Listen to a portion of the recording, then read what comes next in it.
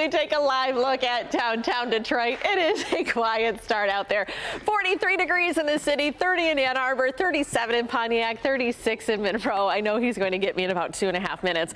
West-southwesterly winds at about 5 miles per hour. So here's a look at satellite and radar. It is a quiet start to the day.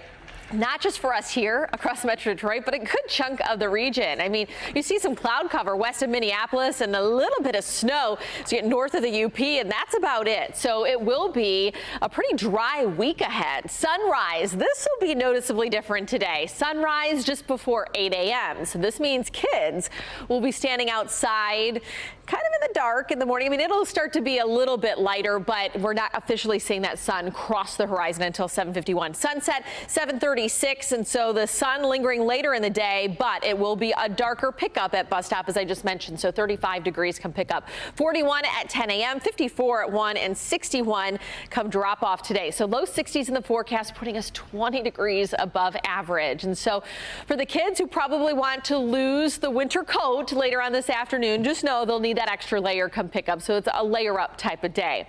Also a really good time to be changing the ceiling fan settings. I've been saying this for a couple days now, but really want to reiterate this morning. Given that temperatures are rising in the 60s, we could even be close to 70 by the end of the week. So instead of turning that air conditioning on and having to pay for that, just switch the setting of your ceiling fan. Counterclockwise is going to allow there to be more of a wind chill effect.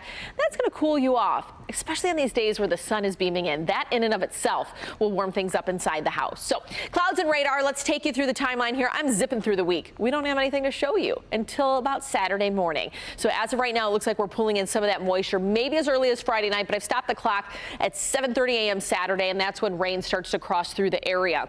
Maybe a little more moisture kind of dancing around us after that.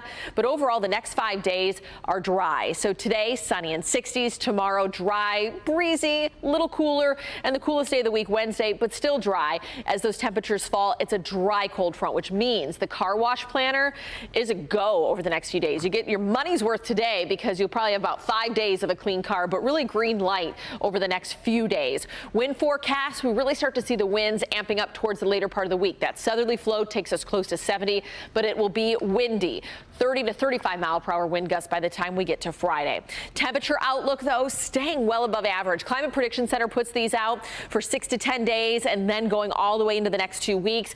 Well above average through March 20th, which will be the official start of spring. Temperature outlook through March 24th, still slightly above average. So March is shaping up to be an above average month compared to the below average month we had in February. So 45 on Wednesday, coolest day of the week, but that's still on par with where we should be for this point in March, and then rising into the 60s as we flirt with 70 by week's end. Even with a cool down on Sunday, we're still going to be about 10 degrees above average in the 50s.